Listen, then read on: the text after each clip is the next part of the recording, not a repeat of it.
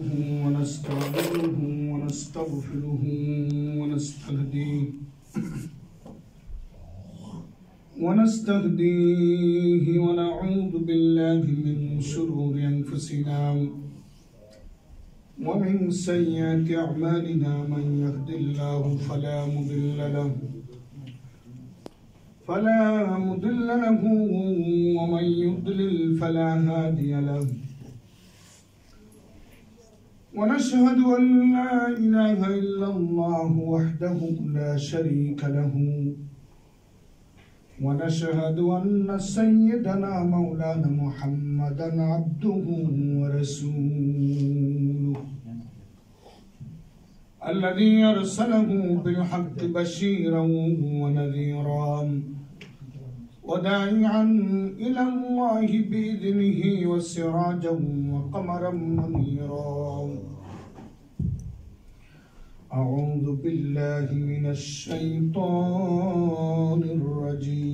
الرجيم بسم الله الرحمن الرحيم إن الله وملائكته يصلون على النبي يا أيها الذين آمنوا صلوا عليه وسلموا تسليما اللهم صل على سيدنا مولانا محمد وعلى آل سيدنا مولانا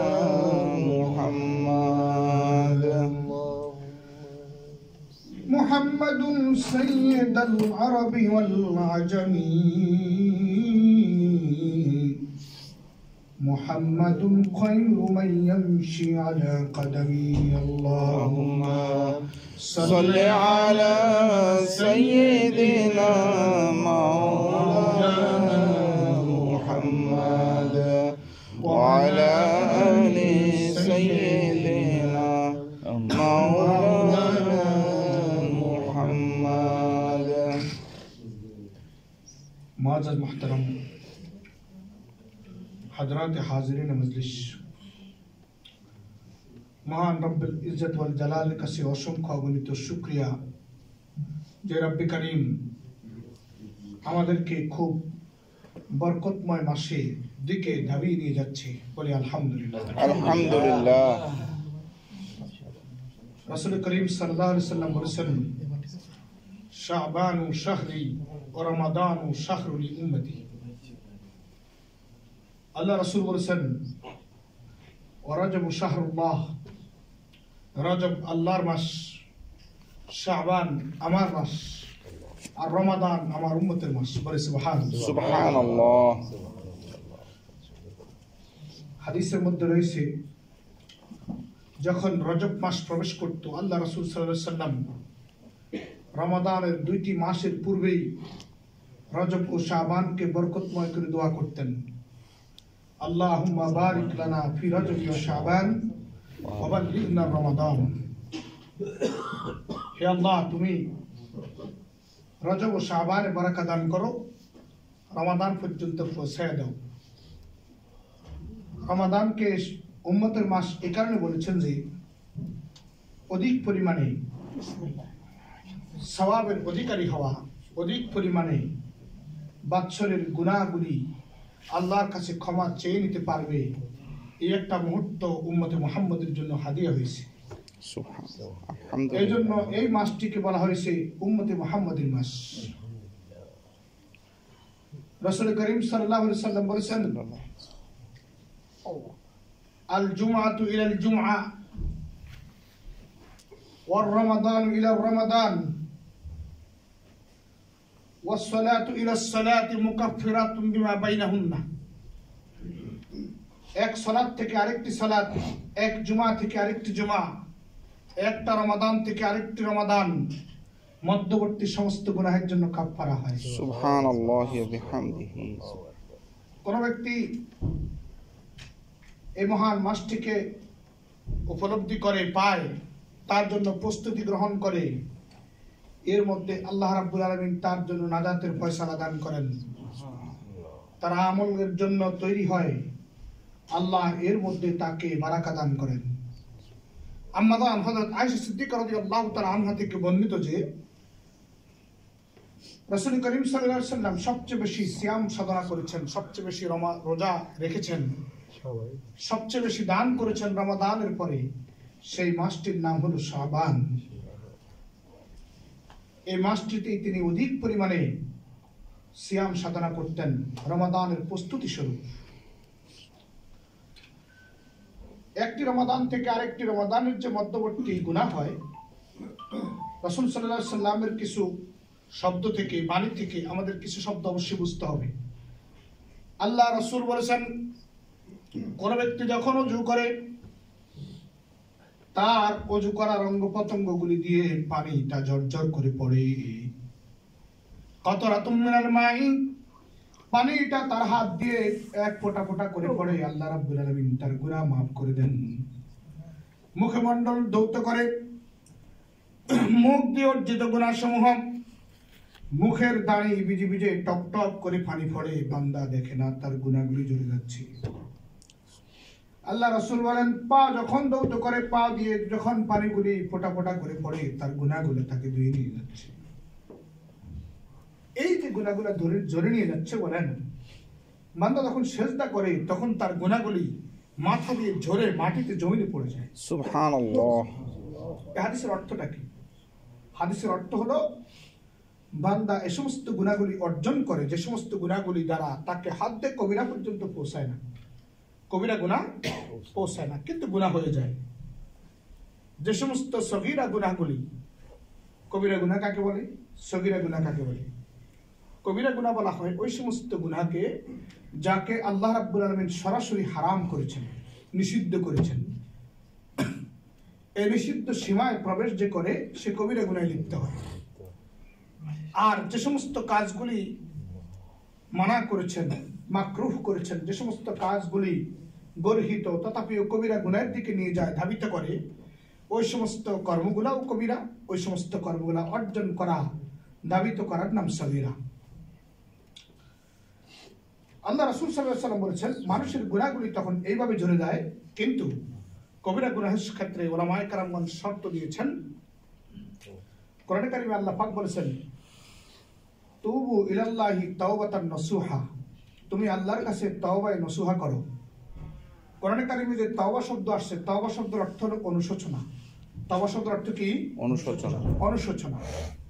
আন্তরিকভাবে কোনো ব্যক্তি যদি অনুশোচনা প্রকাশ না করে, গুনাহের জন্য দুঃখিত না হয়, সে মুখ দিয়ে তওবা করলেই তওবা হয় না। কিন্তু কথা হলো, তার মুখ দিয়ে যখন তওবা প্রকাশিত হবে তখন অন্তরের মধ্য থেকে অনুতপ্ততা আসতে হবে। শর্ত হলো একটা, প্রথম শর্ত হলো অনুতপ্ত হওয়া, দ্বিতীয় শর্ত হলো আল্লাহ ইয়াউদু ইলা হাযিহিল কাবীরা ইলা হাযিহিল মাসিয়া, কখনো সেই গুনাহ আর দাবিত হবে না, এই মর্মে প্রত্যয়ী হওয়া। এক্ষেত্রে আল্লাহ রাব্বুল আলামিন তার তওবা কবুল করেন। রাসূল করিম সাল্লাল্লাহু আলাইহি ওয়াসাল্লাম হাদিসে বলতে বলেছেন, আত-তাইবু মিনাজ যামবি কামান লা যামবা লাহ। কোন ব্যক্তি যদি এর চাইতে বড় কবিরা গুনাহ করে, আল্লাহ রাসূল বলেছেন, সমুদ্র ফেনা পরিমাণ গুনাহ যদি তুমি নিয়ে আসো আর তুমি তওবা করে ইন্তেকাল করেছো, আল্লাহ তোমাকে নিষ্পাপ হিসাবে কবরে উত্থাপিত করবেন। সুবহানাল্লাহ।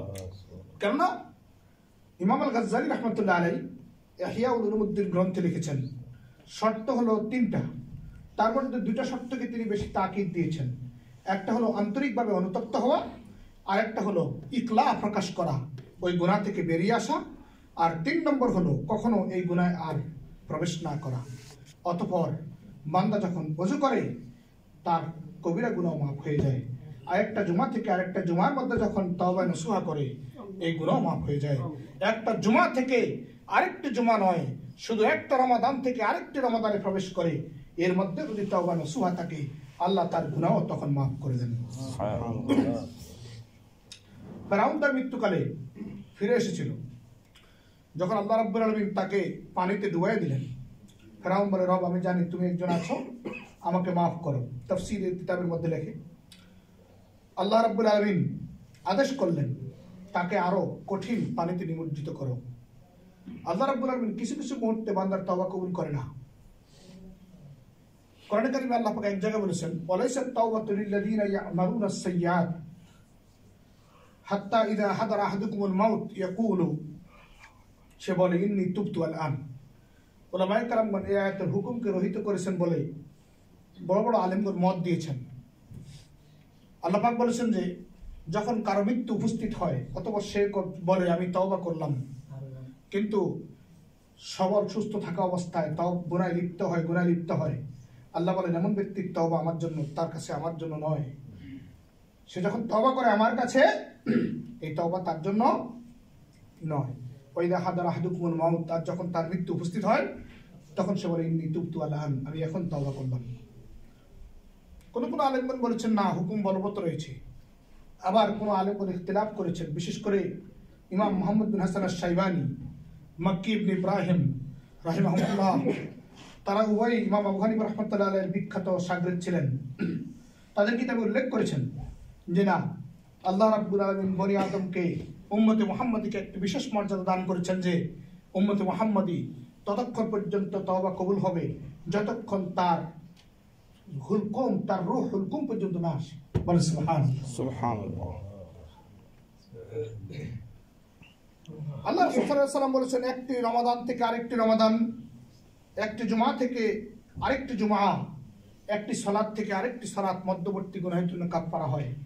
এর মধ্যে এক ব্যক্তি এমন রয়েছেন যে ব্যক্তিকে আল্লাহ রাব্বুল আলামিন বিশেষ একটি মর্যাদা দান করেন, যে ব্যক্তি ইন্তজার করে একটি সালাত থেকে আরেকটি সালাতের জন্য, এমন ব্যক্তিকে আল্লাহ হাশরের ময়দানে মহান আরশের নিচে 7 ব্যক্তির ছায়া দান করবেন। তার মধ্যে এক ব্যক্তি যে একটি সালাতের অতিবাহিত হওয়ার পরে আরেকটি সালাতের জন্য অপেক্ষা করে, এমন ব্যক্তি গুনাহে লিপ্ত হতে আইয়ুহাল হাদিরুন। রাসূল করিম সাল্লাল্লাহু আলাইহি ওয়াসাল্লামের একটি হাদিস, আল্লাহ রাসূল সাল্লাল্লাহু আলাইহি ওয়াসাল্লাম বলেছেন, ইয়াত্তালিউল্লাহু ইলা খালকিহি ফি লাইলাতিন নিসফি মিন শাবান ফায়াগফিরু লিজামিইন ইল্লা লিমুশরিকিন আও লিমুশাহিনিন। ওয়া যাকারা আল-আলবানী বিসসিহাহি হাদাল হাদিস।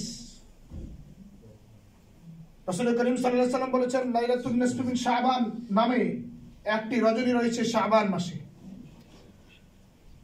যাকে হাদিসের ভাষায় বলা হয় লাইলাতুন নিসফি মিন শাবান, শাবানের মধ্যতম রজনী।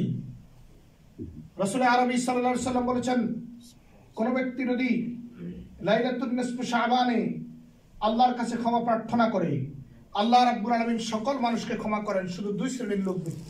কয় শ্রেণীর লোক? 2 শ্রেণীর লোক ব্যতীত। লিমুশরিকিন আও লিমুশাহিনিন, কোন ব্যক্তি মুশরিক অথবা কোন ব্যক্তি মুশাহিন অর্থাৎ পরনিন্দাকারী পরশ্রী কাতর ব্যক্তি ব্যতীত আল্লাহ সকলকেই লাইলাতুন নিসফি শাবানে মাফ করেন। সুবহানাল্লাহ। বাংলা কি অর্থ হলো কোন ব্যক্তি পরনিন্দা করে বেড়ায়, চগলখুরি করে। এটার উদাহরণস্বরূপ বলা যায়, ভাইয়ের সাথে ভাইয়ের যুদ্ধ হয়েছে, ঝগড়া হয়েছে। কি হয়েছে বলেন তো? ঝগড়া হয়েছে। এখন আপনি আরেক ভাইরা আসতে বললেন, তুমি তার বিরুদ্ধে মামলা করে দাও, আমি আছি। বুঝলেন না কথা? আপনি কিন্তু তার সম্পর্কে কিছুই না, তুমি তার বিরুদ্ধে মামলা করে দাও, আমি আছি। এরকম কয় কি কয় না? আছে কি নাই? এই ব্যক্তি ফরস্তি কাতর, উভয়কে অপছন্দ করে, আসলে কাউকে সে ভালো বাসে না। অন্যের উন্নতি দেখে নিজে কষ্ট পায়, এই ব্যক্তিও তার মধ্যে মুশাহিনের মধ্যে শামিল। অথবা কোনো ব্যক্তির বিরুদ্ধে পিছনে গীবত করে বেড়ায়। রাসূল সাল্লাল্লাহু আলাইহি ওয়াসাল্লাম একবার 2টা কবরের পাশ দিয়ে যাচ্ছিলেন, দেখলেন যে 2টা কবরে আযাব হচ্ছে। সহিহ বুখারীতে কিতাবুল আযাব বাবু আযাবুল কবর অধ্যায় আসছে।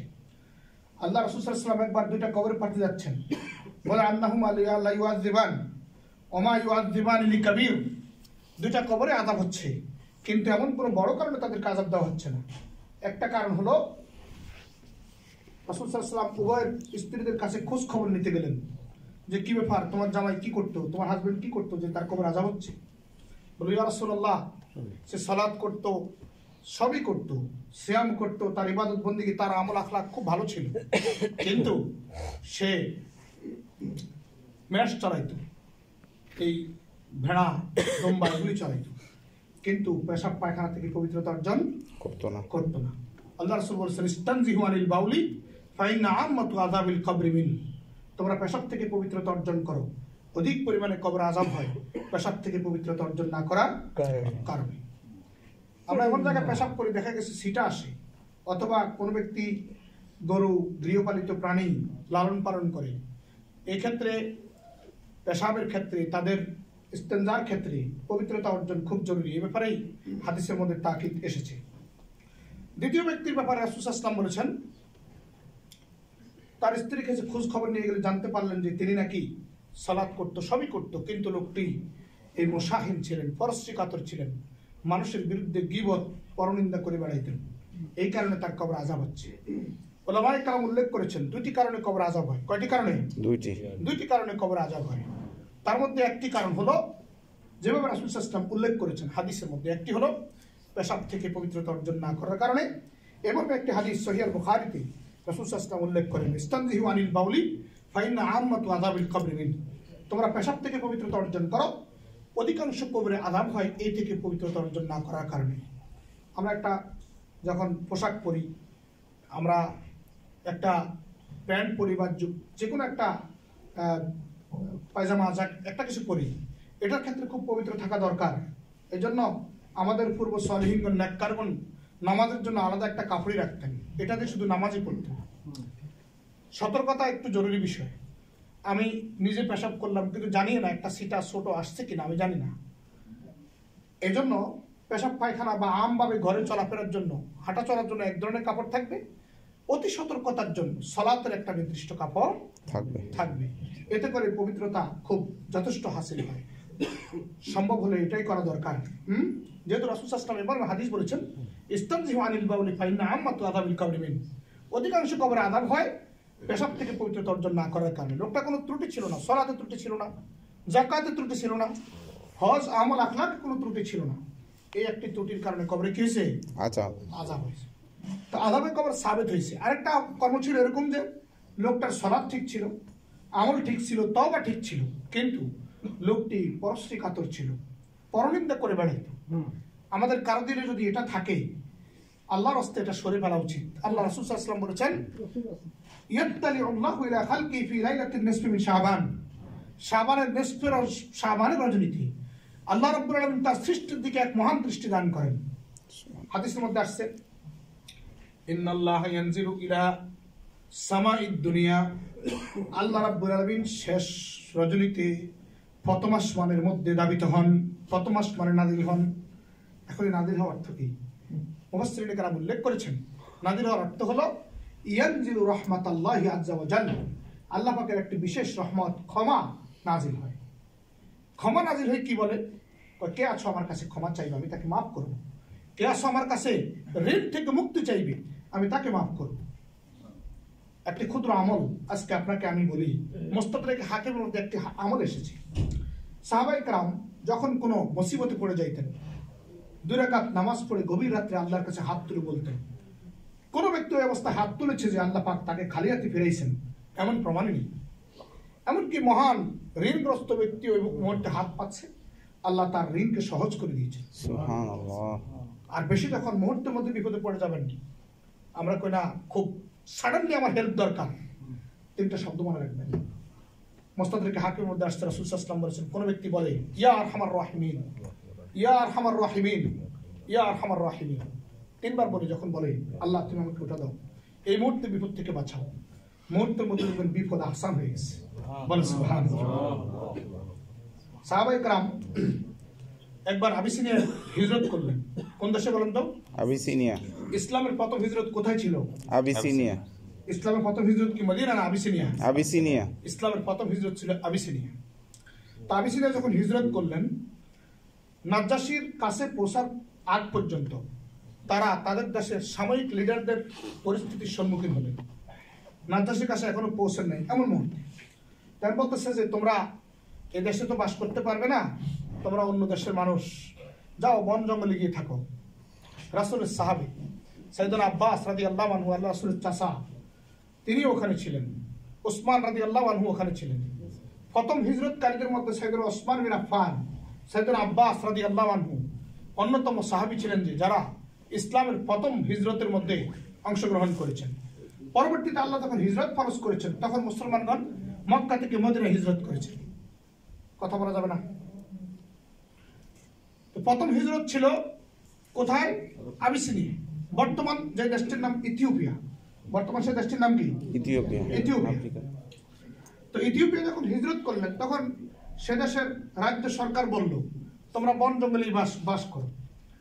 আর রাসূল সাল্লাল্লাহু আলাইহি ওয়াসাল্লামের সাহাবীরা যখন বন জঙ্গলে বলল, ইয়া আরহামার রাহিমিন, হে আল্লাহ তুমি আমাদের আজকে দয়া করো, এই বিপদের দিন কোথায় যাব? কিছুক্ষণ পর দেখতে পেল যে জঙ্গলের প্রাণীগুলি এক একটা লাইনে আস্তে আস্তে করে সাহাবীদের জন্য জায়গা খালি করে চলে যাচ্ছে। সুবহানাল্লাহ। ইমাম ইবনে কাসির রাহমাতুল্লাহ আলাইহি তার সাহাবায়ে কেরামের জীবনীতে এই কথা উল্লেখ করেছেন। হাদিরিন, আল্লামা জালালউদ্দিন সৈয়দ রাহমাতুল্লাহ আলাইহি আসহাবে রাসূলের জীবন কথা এই কিতাবের মধ্যে এই কথা উল্লেখ করেছেন। আল্লাহ রাব্বুল আলামিন বলেন, তুমি আমার কাছে তওবা যখন করো, তোমার অন্তরের মধ্যে ইখলাস হওয়া জরুরি, অতঃপর আল্লাহ তোমাকে মাফ করবেন। তো এই শাবান মাসে অধিক পরিমাণে সিয়াম সাধনা করা, অধিক পরিমাণে ইবাদত গুজারি হওয়া, অধিক পরিমাণে দান সাদাকা রাসূল সাল্লাল্লাহু আলাইহি ওয়াসাল্লাম রমাদানের পরে কোন মাসে করতেন? কোন মাসে করতেন জানি? শাবান মাসে। এবং রাসূল সাল্লাল্লাহু আলাইহি ওয়াসাল্লাম রমজানের জন্য একটা প্র্যাকটিস তম মাস তিনি এই শাবান মাসেই করতেন। দ্বিতীয় হলো অধিক পরিমাণে দান সাদাকার হাতকে কি করতেন? বাড়া দিতেন। এবং রাসূল সাল্লাল্লাহু আলাইহি ওয়াসাল্লাম বলেছেন যে শাবান মাসের একটি মধ্য রজনী আছে, লাইলাতুন নিসফু শাবান। قال রাসূলুল্লাহ সাল্লাল্লাহু আলাইহি ওয়াসাল্লাম, হযরত আলী রাদিয়াল্লাহু থেকে বর্ণিত, রাসূল করিম সাল্লাল্লাহু আলাইহি ওয়াসাল্লাম বলেছেন, ইজা কানাত লাইলাতুন নিসফি মিন শাবান ফাকুমু লাইলাহা ওয়াসুমু ইয়াওমাহা ফাইন্নাল্লাহা তাআলা ইয়ানজিলু ফিহা লিগুরুবিশ শামসি ইলা সামাঈদ দুনিয়া ফায়াকুলু আলা মিন মুস্তাগফিরিন ফাগফির লাহ, আলা মুস্তাগরিকিন ফারযুকুহু, আলা মুবতালি ফাওয়াফিহি, আলা কাযা হাত্তা ইয়াতলুল ফাজর।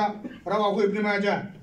যখন মধ্যরাত শাবানের রজনী আসে, তখন তোমরা রাত জেগে ইবাদত করো এবং দিনে তোমরা রোজা রাখো। আল্লাহ রাসূল সাল্লাল্লাহু আলাইহি ওয়াসাল্লাম বলেছেন, এই রজনীতে আল্লাহ রাব্বুল আলামিন বান্দার জন্য বিশেষ একটি ক্ষমার দরজা খুলে দেন। অথবা কোনো ব্যক্তি যদি অধিক পরিমাণে গুনাহে লিপ্ত থেকে আল্লাহর কাছে ক্ষমা চায়, আল্লাহ রাব্বুল আলামিন এই রজনীতে তাকে মাফ করেন। কোনো ব্যক্তি অধিক পরিমাণে ঋণগ্রস্ত হয় অথবা আল্লাহর কাছে ঋণগ্রস্ত থেকে মুক্তি চায়, আল্লাহ রাব্বুল আলামিন তাকে মাফ করেন। রাওয়াহু ইবনে মাজাহ। হাদিস ইবনে মাজাহ হাদিসের মধ্যে বর্ণিত হয়েছে।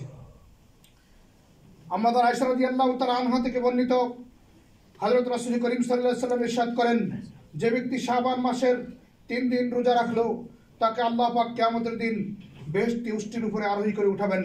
রাওয়াহু ইবনে মাজাহ। এই শাবান মাসে আমরা দেখতে পাই আইয়ামের 20 রোজা রয়েছে। আমরা যদি 14 শাবান, 15 শাবান এবং 13 শাবান অথবা 16 তারিখ পর্যন্ত আমরা রোজা রাখতে পারি, এটাকে আইয়ামুল বীজ রোজা বলা হয়।